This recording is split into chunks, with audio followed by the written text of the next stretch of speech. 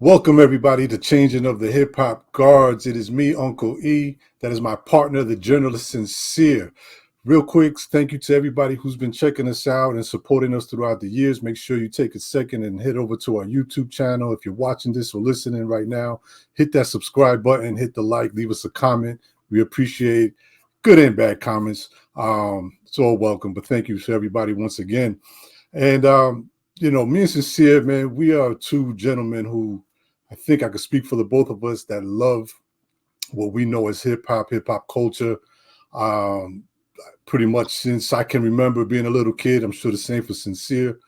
And once in a while, you get a chance to speak to someone that has been around from the beginning, who has seen a lot with their own eyes, things that maybe we don't know, stories that might have been not told or changed, and you get a chance to sit down with somebody like that. It's truly a pleasure and an honor. It doesn't get to happen all the time, but, when it does, take advantage of it. It's like, I like to say, sitting with your grandmother and learning history that you can then pass on and continue to, keep the culture and keep things alive, because I feel that if not, things will get lost and and then we won't know how to appreciate this history that we love so much as far as hip hop.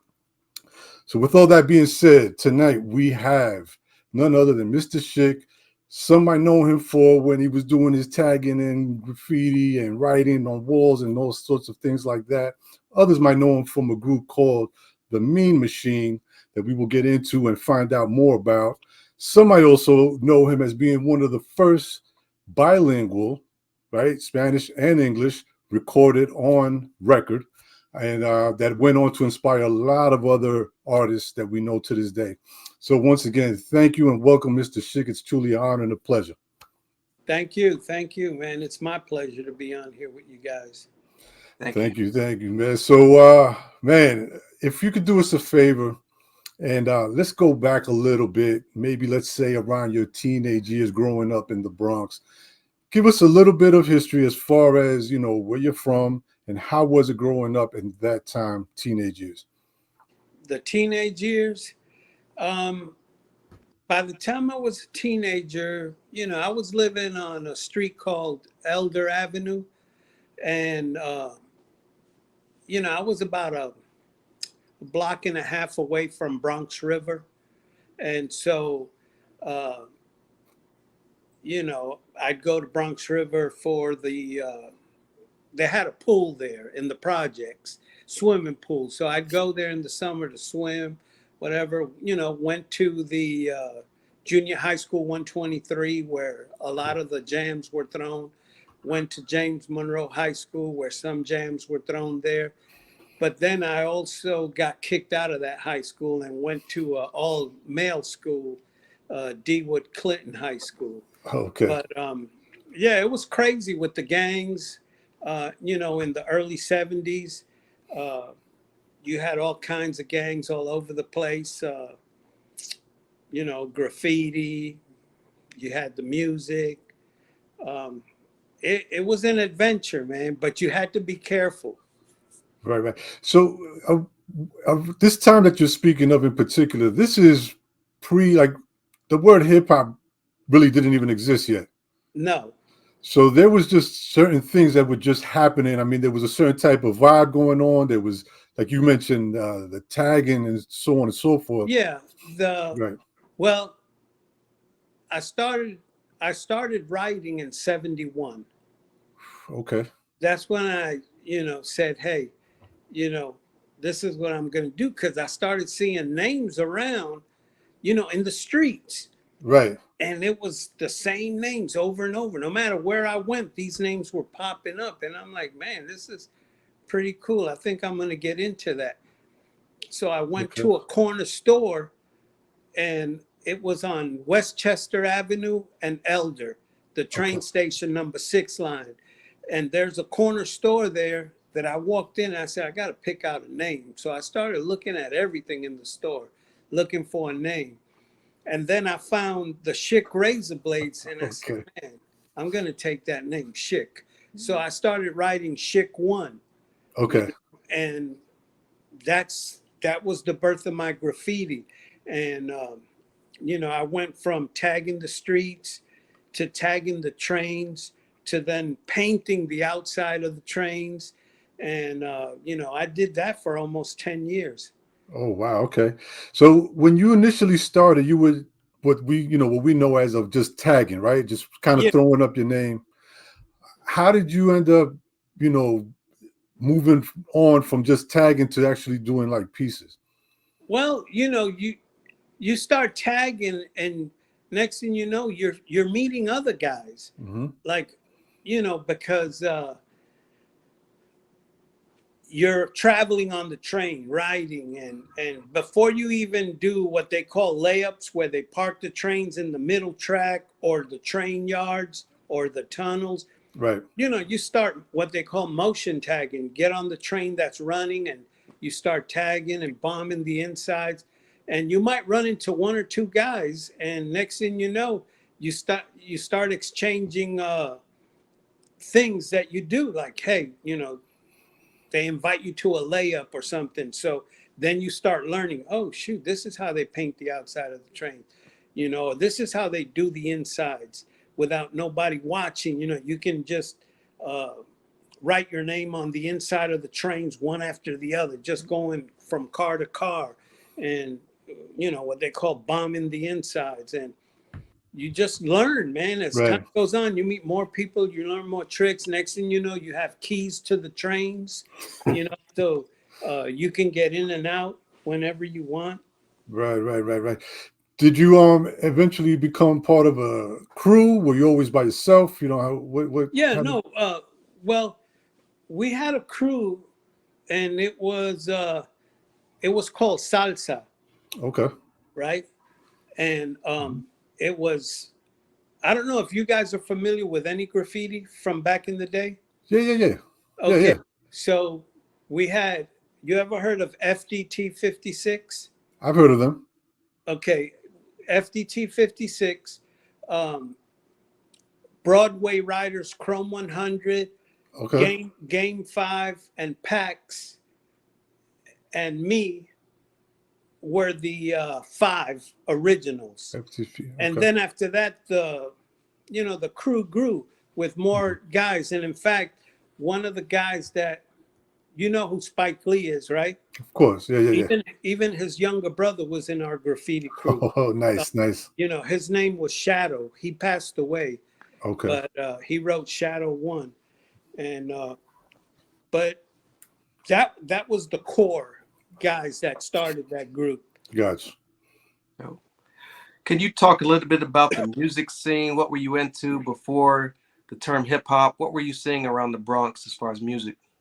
Well, I'll tell you what. At home, it was Christian music because, you know, uh, my mom, uh, my family, they were Christians, and my mom, she sung gospel, but Spanish gospel, and so everybody sung in my family, all my brothers and sisters, and the only one that didn't sing was me. I did sing when I was young, but then when I hit my puberty, I lost my vibrato, and that was the end of being able to be a lead singer. I could do background because you don't need vibrato or anything, but um, then in the streets, you had your funk, your soul, you had your salsa, you had your other type of Latin music, merengue, whatever the case may be. You had your rock, and a lot of AM music. When I say AM, AM stations, Hmm. because that was the popular thing back then. Who were some of the Latino MCs before you got into MCing? Who were you seeing who maybe don't get enough mention these days? You had, well, you had print Ruby D Hmm. from the Fantastic Five. You had Prince Whipple Whip. You had Tito from the Fearless Four. You had oh shoot, Charlie Chase, a DJ. Chase. Yep, Uh, yep. you had there's another one. He was half Cuban, half Puerto Rican. Oh shoot, is it Wiz? Mm, DJ Disco Wiz? Disco Wiz. Disco Wiz, I think, was one, I if can't I'm not remember mistaken. if that's him. He was half Cuban, half Puerto Rican. You had, those were like the main characters that you saw a lot back then because they were doing a lot of shows with their groups. right. And at that time, I really wasn't a rapper yet. I was still deep into graffiti. Right. At what point did you start to make that transition from graffiti to MCing? Well, it happened. It was all an accident. My parents decided to move to South Carolina, and I told my pops, that I was going to stay in New York. And he said, all right, if that's what you want to do. So they left to South Carolina. And then I'm going to kind of fast forward the story so I won't take up too much time. Uh, Here I lost my job. And when I lost my job, I lost my apartment. So once I lost my apartment, I found myself homeless, right? So I was homeless for almost a year and a half, and doing things that I thought I never would, living in abandoned buildings or abandoned cars, stealing food, um, and shoot, stuffing newspapers in my body in the winter just so I could have insulation, you Okay. know. Uh, and then, but my father, he had a bodega. I went too far ahead. My father had a bodega. And so across the street lived the leader of the Mean Machine. Okay. So when things were slow and business was slow in the bodega, my father would ask Julio, the leader of the Mean Machine, to play music in front, draw a crowd, which draws business. And so I'm pretty sure my dad paid him. I never saw money exchange, but nobody's going to do that for free. So I'm pretty sure he got paid. And that's how I got to know Julio. Okay. So when I was homeless, now I'm going back to the homeless. So when I was homeless, I ran into Julio and I asked him, hey, can I help you guys carry equipment for some food money? And they said, yeah. So that's how I got connected with them. So I started, helping them on the weekends, just carrying equipment, assembling things, disassembling them, packing them up, putting them in the van, taking them back to the studio with them. So in the wintertime, while they were rehearsing, they let me stay in the studio and watch them so I wouldn't be out in the cold. And so I was doing that a lot, just watching them. And one day, one of the guys got arrested and went to jail for a little while. And by that time, I already knew all the routines because I watched and watched. So, they're looking for a temporary replacement until their guy comes out of jail. And so um, Clifford, which was Julio's 10-year-old son, well, I think he was 9 at the time or 8. He said, Dad, what about Danny? And I'm pretty sure they looked at me like, yeah, this guy's the homeless guy. They never said it, but you can tell what people are thinking. Right. And they couldn't find a temporary replacement, so they said, get on the mic. And so they gave me a shot. We rehearsed. It worked out perfect. And they said, okay, we'll use you temporarily until he gets out of jail. And so they bought me some clothes since I was homeless. And so I could do some shows with them. And I did some shows with them. Everything was working out fine. Some time went by. The dude comes back out of jail. So I'm back to Danny carrying the crates, and he got his spot back. And so once that happened, a little time went by, and the guy went to jail again, this time for 7 years. And once he got locked up, so then they told me, hey, we're going to use you until we find a permanent replacement for him. And so I said, all right, because I'm thinking, it's money and I could eat.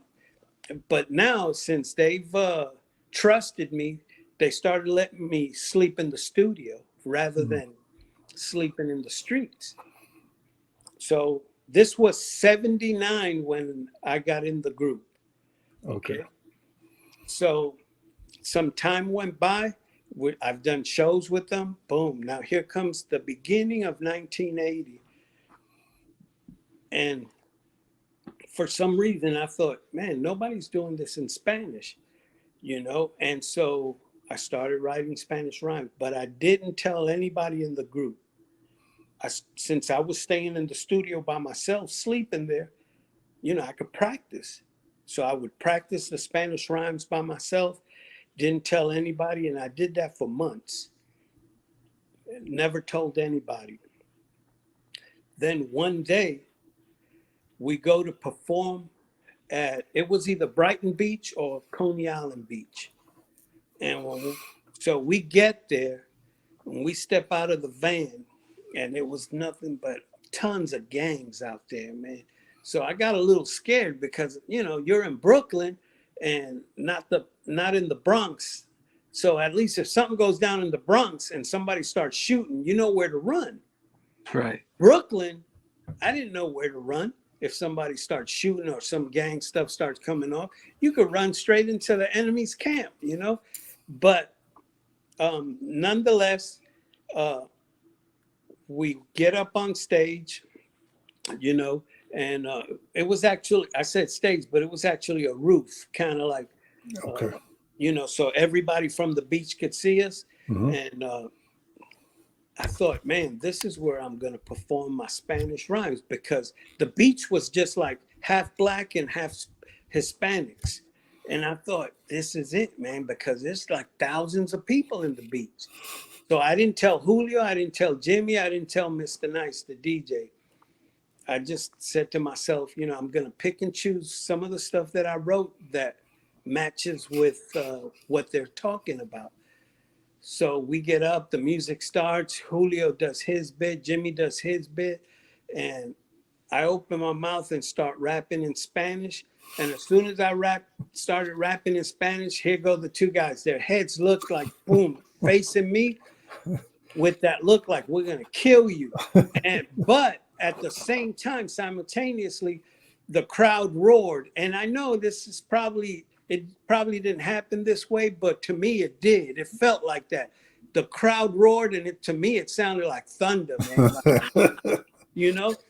And so when we finished, everybody that was out there, all those Hispanics, they were high-fiving me, giving me hugs. Those people that looked mean, that I was looking at first like, damn, these guys look crazy. They were all hugging me, kind of like, now we got a representative. And so ever since that day, the group made me a permanent member, and we started incorporating Spanish rap in all our shows. And that's how my story began. So what was that conversation like after the show, as far as those guys talking about, Oh, no, it was nothing but love, man. It's like, you're in, and we're incorporating the Spanish rap in all our shows. And pretty much that was it, man. So that was the day I became a full-fledged member. Nice. But then, at the same time, I was like, now I need a name. But I didn't know what to, I don't have an MC name. What am I going to use? And so I didn't want to change the Schick, because everybody knew me by that, which I could have probably just kept Schick 1 as my MC name, just like KRS-One or right. all these other guys that kept their graffiti name, like Peso from the Fearless Four kept their graffiti name. But then I thought, well, just add Mr. in front of Schick, Dope name. And that was it. I just want to, don't mind us if we kind of bounce around a little bit. I just want to try and cover as much as we can. since we have you, but I want to just go back a little bit to your graffiti days. Yeah. Because, you said from 71 to about 81, Yeah. right? That's a lot of time Yeah. in Now, granted, graffiti look, years. That's yeah, a lot of time. that's a lot of time. But I did slow down like in 1980 to 81. I slowed down a lot because of the shows, but I still had the fever. I did still, write, Right. but it wasn't like before every weekend. Right. So I just want to, like I said, regardless, man, 1 year is a long time in graffiti years. So I just want you to talk a little bit about, you know, who were some of the other names that, maybe you came across, might have shared with, or had any type of interaction. For example, what I mean is we know a lot of the names that are always mentioned, right? Like, the phase twos and, Mayor, and there's a lot of, a Yeah. ton of other names. Yeah. And those guys I know, That's what I because they wanted were to from add. my time period. Like Right.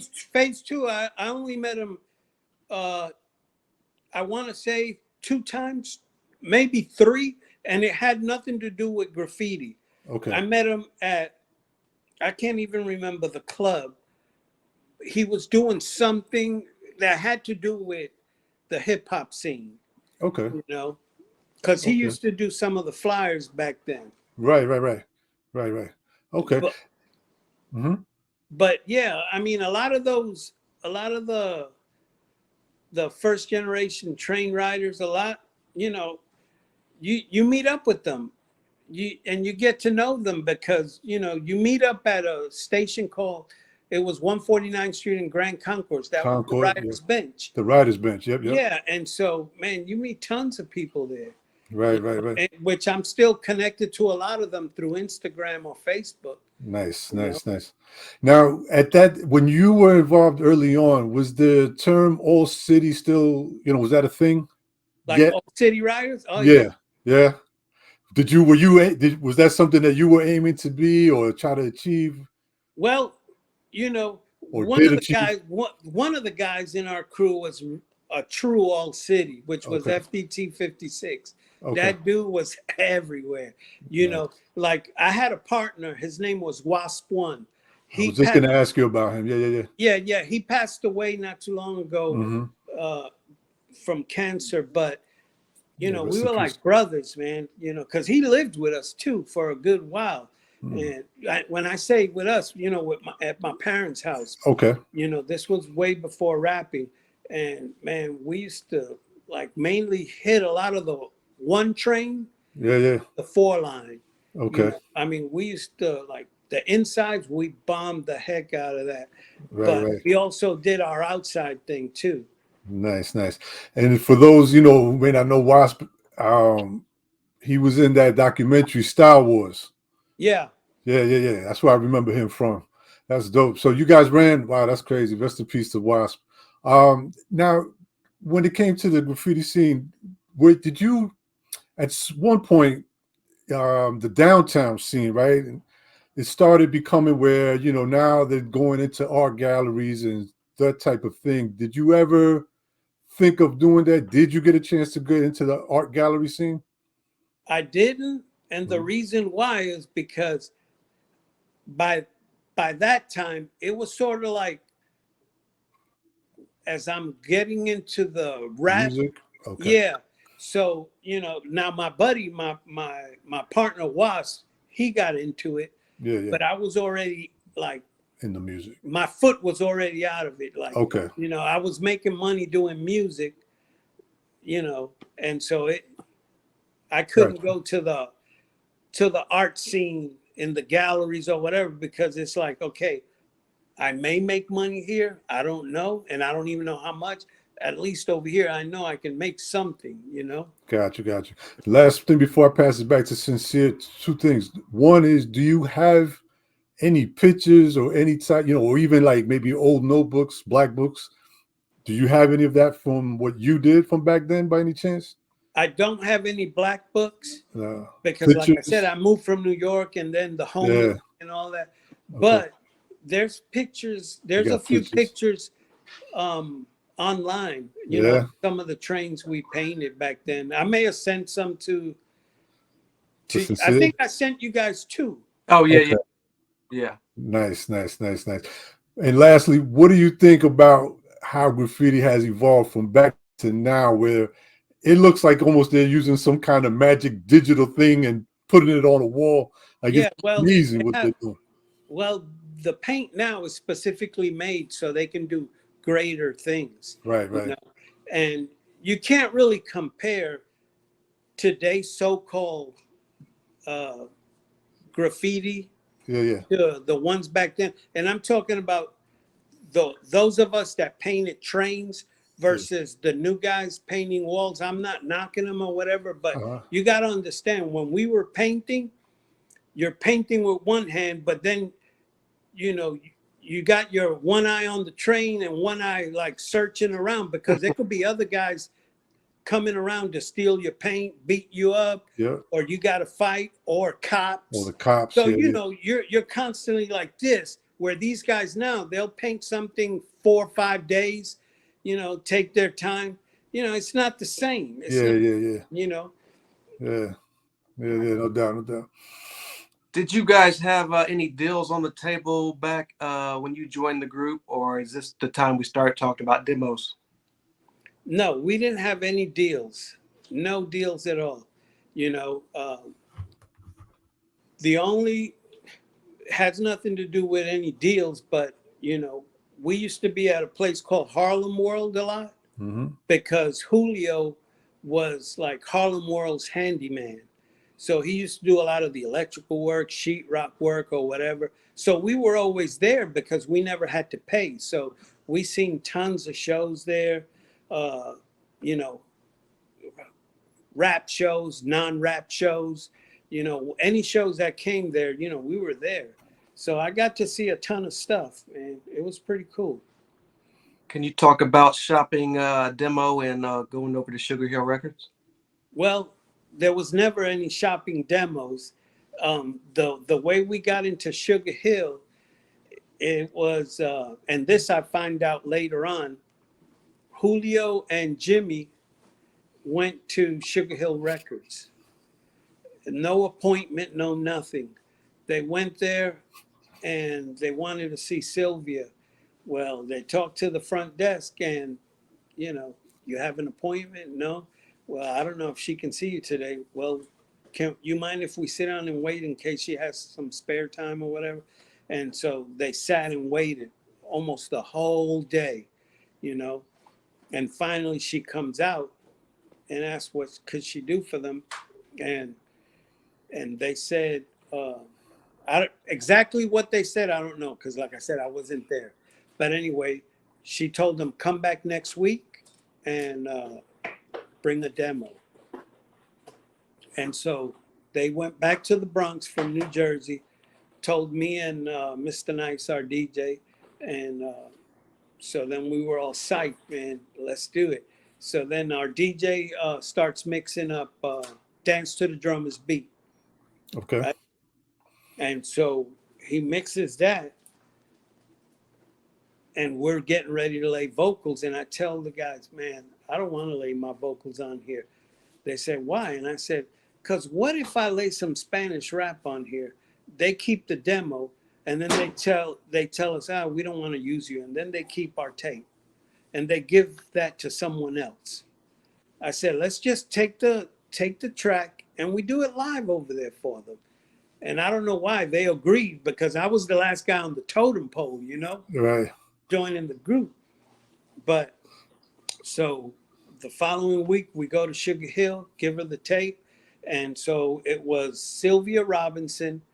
It was Joe Robinson, her husband. Okay. It was Jigs Chase. And he's I think he's the guy that composed a lot of the stuff that you brought. And Milton, a Jewish guy, Okay. And so they played the track and she goes, where are the vocals? And we said, we're going to do it live. So we did, I started rapping in Spanish and they didn't understand a word I was saying, but they're like this, bobbing their heads. She cuts it off and says, okay, come back the following week. We're going to sign you. And so that was our door, our entry into Sugar Hill Records. And so then the following week we come and we're getting ready to sign contracts, but Jimmy's mother had to come with us because Jimmy was underage. Jimmy was 15 when we signed. So Wow. his mother had to sign for him. I was, I think I was 23. Everybody else was in their early 20s, but Jimmy was still in high school. Hmm. Now, Duke Booty had something to do with producing that track. Is that correct?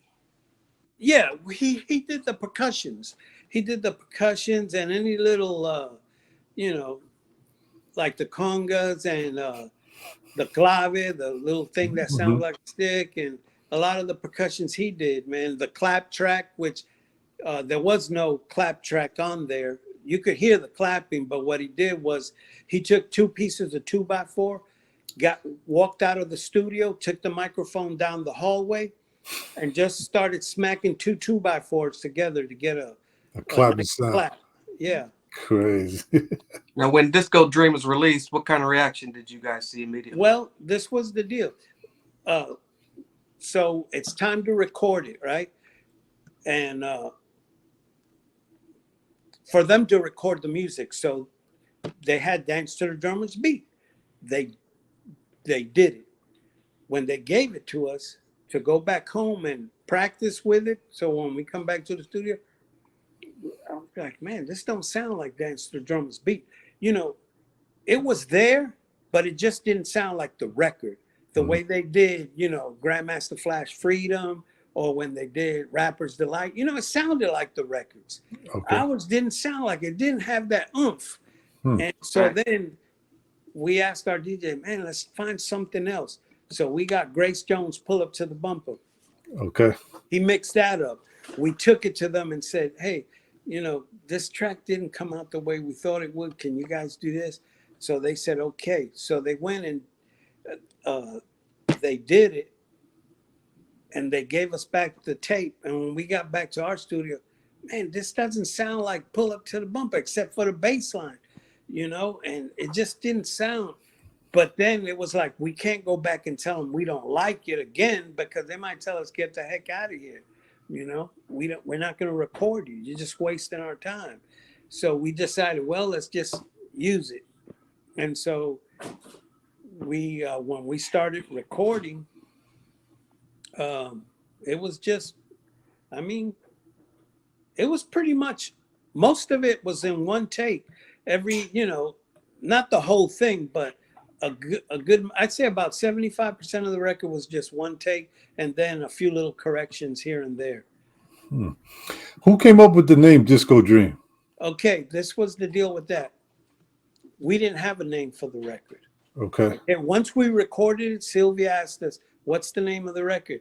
We said, we don't know yet. We'll let you know when we come back, Okay. So we were going to pick a name. But when we came back, she had already slapped Disco Dream, because that was the first thing we said, with the Disco Dream, call me machine. So she just called it Disco Dream, and it stayed that. Okay. Now, just in case there's some, younger kids that end up watching this or whatever, and they're like, wait a minute, I thought this is a hip hop group. Why is the song called Disco Dream? Can you just give a quick explanation to the fact about early on, there was the disco scene and a lot of things. Yeah, you had, before so-called hip hop, and even before the term hip hop was coined, was the disco scene and the punk scene. But as disco started dying, that's when what come to know as hip hop today started being born. But there was a lot of groups called, like the Disco 3, Disco 4, Disco this, Disco that, Disco. Yep. So that was used a lot. Right. Because it's what was being done at the time. So obviously that influence was still there until what we know as hip hop started kind of cultivating a little bit more, and moving away from that sound and that vibe and that style. Can you talk a little bit, after you guys record Disco Dream, there was an incident or something that happened with you guys taking the record to a certain radio station that they weren't too happy about. Yeah. Well, what happened with that? About that? Come on, this is co-changing of the hip hop guards. He's the journalist. I'm his sidekick. we work for TMZ on the side. Sometimes I'm only playing. Yeah. I'm joking. No. Well, when they gave us the record after recording it, Mhm. they gave us the record, and we used to do a lot of remotes for a radio station by the name of WKTU, Okay, and I think it was Disco 92 KTU, I remember. and we used to do a lot of remotes with them. In fact, that one of the remotes was where I first did my Spanish at the beach. You know, Okay, okay. yeah. So they always used to call us, "Hey, we're doing a remote here. Can you guys come?" And so since we always went with them, they told us, "Hey, if you guys ever record something, bring it to us. We're gonna play it." You Okay. know, and so we remember that. And soon as Sylvia handed us a copy, we went straight to the radio station and gave it to them. Okay, And okay. so we didn't think anything of it. We thought, okay, maybe they'll put it in rotation or something, later on down the road. But that same evening, I'm in a Played it. store, I'm buying something, and I hear the record playing. And mind you, Jimmy lost a tape, of that. Of the song. Okay. Yeah, of the song. And so we never found it. And I asked the guy, "Yo, where'd you get that tape from?" Because I'm thinking that's our tape. Nobody else had it. He goes, "Nah, man, it's playing on the radio." Ah, "What station?" And he goes, "WKTU." So I run out of that store, and then all the other guys from the group, they're running, and we all meet up, and we're all happy because it's playing on the radio. nice. And then KTU asked us, "Hey, can you do a little promo for us?" So we took, back then you take the instrumental track and say a Hmm. little something about the radio station in a Hmm. rhyme, and then they blend it in with the song and play it as one thing. And so then you'd have like the promo blended into your record with the same music. And so then we got back to Sugar Hill Studios, and Sylvia was ticked off at us because uh, Frankie Crocker should have had first dibs, right? BLS, right? Yeah, BLS. WBLS. And Yeah. so she got ticked off at us, and she told us, "Get in that booth and record a promo for Frankie." So we had to take a minute, write a quick rhyme, go in the booth, and well, it wasn't a booth, it was a room Right, with right. microphones. It was a recording room. And so we did that, and she sent it over to Frankie Crocker. Okay. And you got some spins, I'm assuming, on BLS after Yeah, that? yeah, Or? we got Yeah. some spins. Nice, nice, nice. Can you talk a little bit about the tour with the Sugar Hill Review? Oh, yeah, man. Well, put it to you this way. Even before we recorded a song, Sylvia threw us on the tour to open up for the act. So we were the openers. And so it was crazy because here you are, besides the Sugar Hill Rappers, like when I Hmm. say Sugar Hill Rappers, the stable of Hmm. her groups, you're touring like with Yarborough and People, the Gap Band, Frankie Beverly and Mays, Confunction, man, all these R&B and funk groups. And Hmm. so it was an experience. Clear, uh, uh, man, off the top of my head now. Usually I'll hear a song on the radio and I'm like, "Oh yeah, I remember touring with that group." But yeah, all Wow. the funk and R&Bs, and it was pretty cool with traveling with all the groups on Sugar Hill. We shared a bus with the Sequence, Okay. and we shared with the Furious Five. So it was Okay. us three groups in one tour bus, going from city to city. And so it was an experience. It was fun, man. It was fun because at the same time, even though a lot of the places that we were going to, there weren't a lot of Hispanics, they accepted the Spanish rhymes, man. It never got booed for that or nothing, man. It was all right. So was there plans on recording a full album, a second single? What eventually happened? Well, back then, really, nobody really recorded albums. Like Sylvia got Sugar Hill Gang to record an album, but um, and then finally Flash and the Furious Five got to record one. But a lot of the times it was just single after single after single. It was a little later on that they started doing albums, because in the beginning, a lot of these people, they thought that the rap thing was just going to be a fad, so they just wanted to jump on it while it was hot. Right. So what eventually happened to the Mean Machine? Well, Frankie Crocker, we have an interview with Frankie Crocker, right? And so he's like, "Well, how does it feel? This summer, you walking out there, the beach, the streets, everybody's pumping your song. You hear it coming out of cars. You hear it everywhere. I mean, how does it feel?" And, we were talking like it feels great, this and that, whatever. And then all of a sudden, Jimmy out of nowhere just starts talking about money's not being right with Sugar Hill and stuff like that over the airwaves. And so he mentions that over the airwaves. And of course, when one of your groups is being interviewed, they're going to be listening. And so when we got back to Sugar Hill, they pretty much sat us down and told us that we need to stay out of the politics of the business. And this, they're yelling at us. We need to stay out of the politics of the business, that they're going to shelve us. They're not going to release us from our contract. Your career's going to fizzle and die.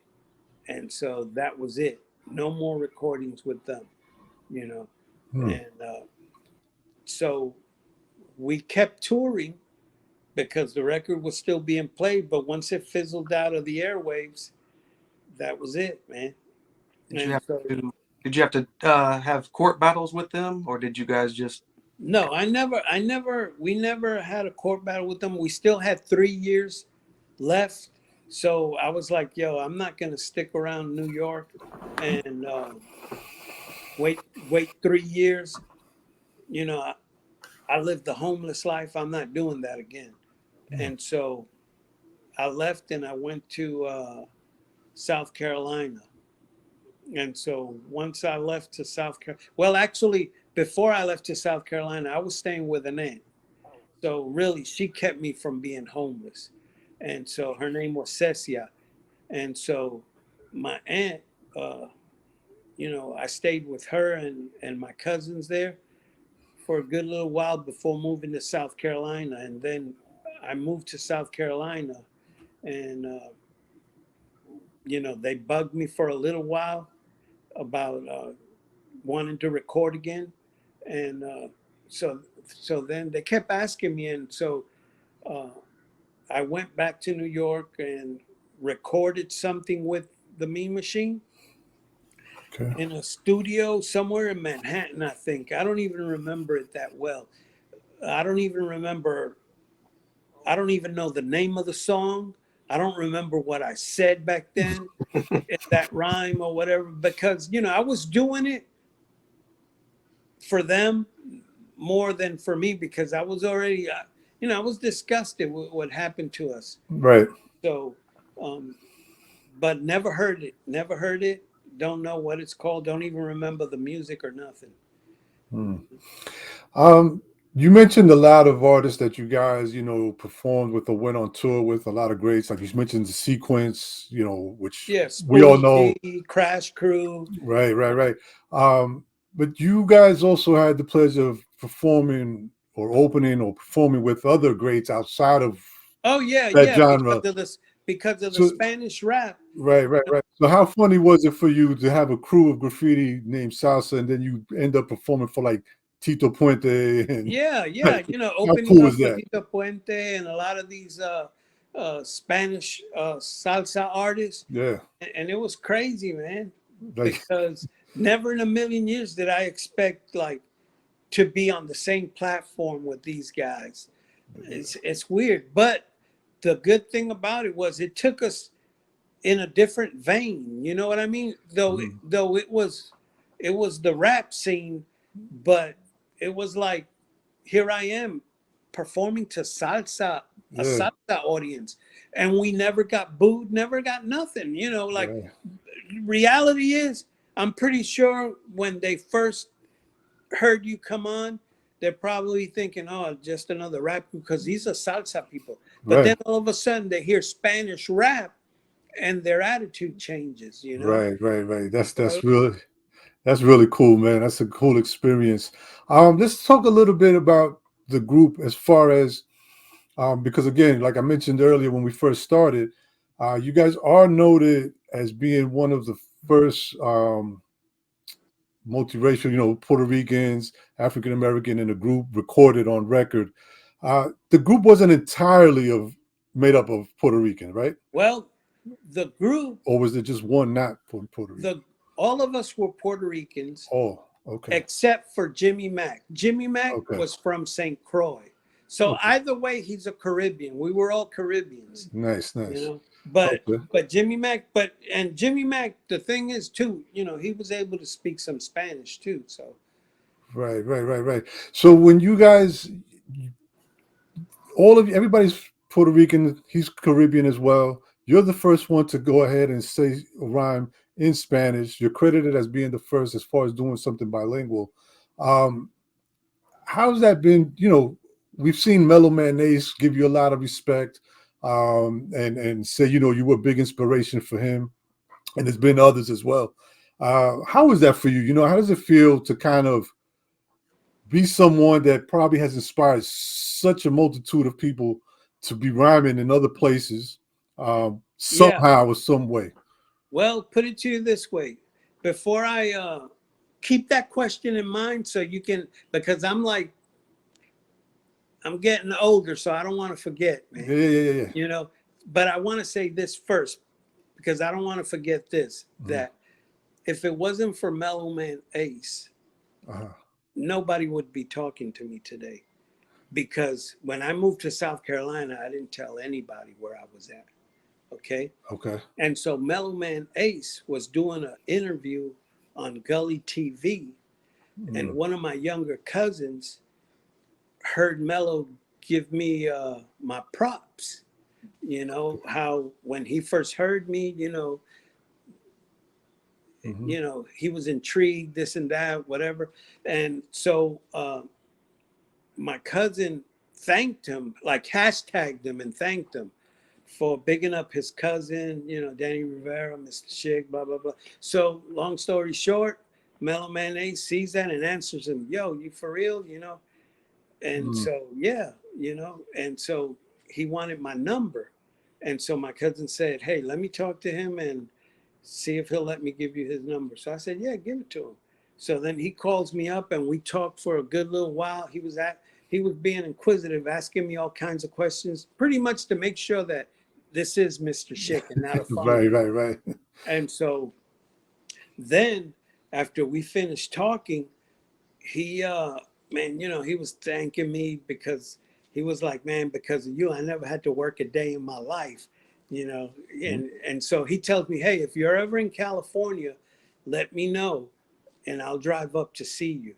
And I said, well, it's funny because, I'm in the graphics industry, right? Okay. So I traveled the United States, anywhere from California to New York and all the Nice. states in between, doing like large format. And I'm talking about big stuff, like you see graphics that are like 5 stories high by the width of the building. Right. That's the kind of stuff we do. And so I'm traveling to all these universities for the athletic departments, for football, baseball, what basketball, any sport, and we're doing these humongous things for the universities.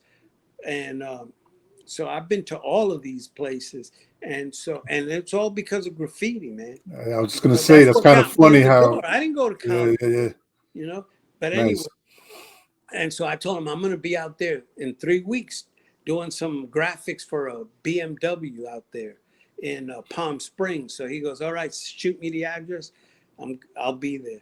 And so three Nice. weeks went by, shot him the address. He came by. We hung out for a good while, talked and ate.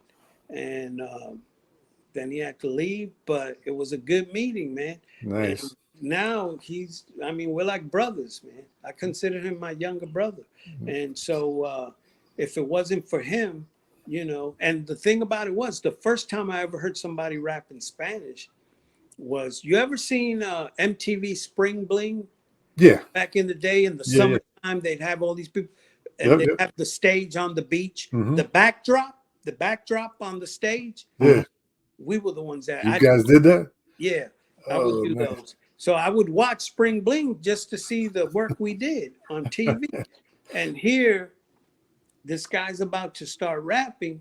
So I said, "Oh, let me check it out." So I'm listening. He starts off in English, then switches to Spanish. And that's when it hit me. Never in a million years did I ever think, yo, I was the first guy to do this, until that very moment when I heard Mellow Man Ace doing it on MTV. I was like, yo, I did that first, And then I'm thinking, wow, here it is. I said it's like 9 or 10 years later, somebody else is doing it. He picked up the torch, picked up the baton, and started going with it. And so that's when I realized, I did something, like I put a mark in history. Before that, I didn't even think about it because I wasn't hearing nobody doing it in Spanish until I heard him. Right. That's crazy. Well, let me ask you, if you left the scene and you were doing a whole different thing. If Mellow Man Ace would have never mentioned you, for example, in that interview, um, would you have ever like resurfaced as far as you Well, know? yeah, I'll answer that. Yeah.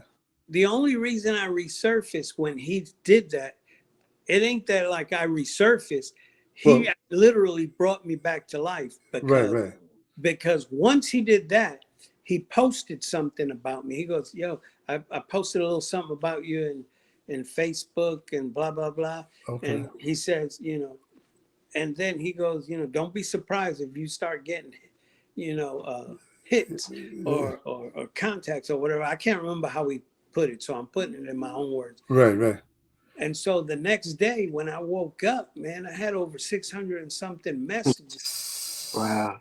from people in America, people in Latin America, even in Asia and in Europe, man, and Spain. I mean, all these Latin countries hit me up, and then I started getting contacts from promoters to be on some old school shows. Nice.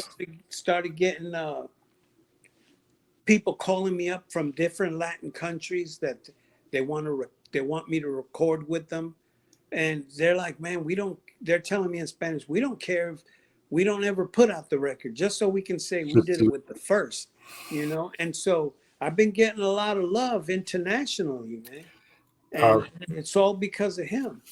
Real quick, I just want to say, I kind of keep up a little bit with, some Latin hip hop artists. And there's some very huge ones. There's like a Vico C. I don't know if you're familiar Yeah, with any, yeah, like Vico C. There's another one called Lapis Consciente from Dominican Republic yeah, that are yeah. like huge.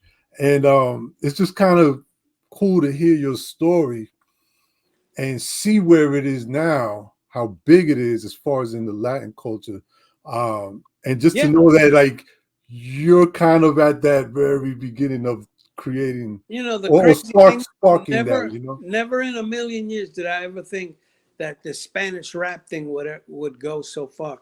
Look, man, these guys, what they're doing with Spanish rap is tremendous, man. Yeah, Because like, there's no way I could keep up with anything they say or do because they're like, you guys speak Spanish? yeah, I do. No. The way they do their thing, ellos me meten dos o tres palizas with Yeah. with their They would words. be, yeah. Because man, they like these guys, they went to school in Spanish. I Hmm. was in school in Puerto Rico only for second, third, and fourth grade. So that was the extent of my education in Spanish, though we spoke Spanish in the house. But at home, you're speaking your basic things. You're not speaking like $50 words. Yeah, yeah, yeah. It's kind of And like so these guys are coming out with these $50 and $1,000 words that, you know, I understand them, but I can't think like them because I'm thinking in English. You know what I'm saying? And so, you know, they want me to record with them and this and that. And I'm like, yo, there's no way, you know, I can't put myself in that position, you know, to where like their thing is great and my thing is like mediocre. You know? Right, right, right, right. Right. I think if you guys can, I think if you got with the right person, man, you can probably figure something out to make it all work, man. I mean, I get it, you know, it's the point in time, but it would be kind of nice to hear Mr. Schick on something, man. Oh no, I would love to do That would something. be crazy. Yeah, no, of course I would love to do something. But you know what's weird? When I came to South Carolina, right? Mhm. Then you know, I changed my life, man. I became a Christian and so then I was like, man, you know what? I started doing Christian rap writing at that time Okay. in 1983. But there was no such thing as Christian rap. So nobody would record me. Nobody wouldn't even let me really rap because, you know, there was no such thing in Right. a church Mhm. to let you do that. So it just basically sat, you know, Mhm. nothing. Then years later, I'm hearing all this Christian rap and I'm like, man, you know, Yeah. that's crazy. But I never really claimed to be the first guy to do Christian rap or whatever because since I didn't record it, I really got no physical proof, you Mhm. know. But Right, right. that was pretty much the direction I kind of started going, and then I just gave it up. Gotcha. Looking back after all these years, do you think the Latino MC gets the proper credit they deserve? You know what? You, Now you got to look at it from two ways. Do they get their proper credit in Latin America or from the Spanish community, Spanish speaking community, or do they get their props in the English speaking community? Right, right. Which, you know, because you got to look at it different ways. Let's say the English community. Mhm. Um, Now, the Spanish rapper that raps in English or the Spanish rapper that raps in Spanish? We'll say the Spanish rapper that raps in English. Do they get their props? Yeah, Um, say like a Power Rule, a Be Real, Kid Frost. They also rap in Spanish as well. But do you think throughout the years they've gotten the proper credit as well as the MCs that are coming out today? well, you know, the thing about it is this that I noticed that even with the English speaking rappers that aren't Latinos, you know, there's a lot of them that get left out of the picture. The Mhm. ones that you see that are the ones that still uh, make themselves seen in the public, you know, all over social media. You know, they make sure that their their words are heard, that here, I'm here, this and that, you know, so they stay relevant. But now there's a lot of greats that have not been in the media and they hardly get talked about, you know, unless it's some really old schooler that, you know, Mhm. mentions them. So that's the thing, you know, like like Mello, you know, he's all over social media, so he keeps himself relevant, Relevant. Right, right. you know. So if they all did that, you know, they probably get more mentions. Right. Yeah. You talked a lot a bit about opportunities because of Mellow Mayonnaise. What do you have currently going on moving toward 2025, 2024, 2026? In the future, what does you Well, right now, I'm this year I'll be 67, Nice. right? God bless. So I'm about to retire in June, you know, Nice. from the working world. Graphics. Mhm. And because I've been ever since I left New York, I've been in the graphics industry, you know, since 1982. So it's a long time, but I loved it. You know, graffiti got me into the graphics industry, which I loved, and I never went to college for it. So I feel like I'm blessed, man, because not everybody can take what they did illegally as a child, and Yeah. all of a sudden make it work for you to put food on the table. You know, like right now, I own a house. You know, I Nice. got I got two cars, a pickup truck. Um, you know, they're not no 2024, but I'm not homeless, You're man. not homeless. Yeah, You yeah, know, yeah. where if I would have stayed in New York and continued in the rap game, I probably wouldn't own a home. You know, I probably wouldn't even own a car because, you know, I'd be taking the train or taxi or Uber or whatever, you know, because I don't even like driving in New York. And but as far as like once I retire, then I'll think about should I accept some of these invitations to, you know, record with these guys and um, you know, or get back into the graffiti scene.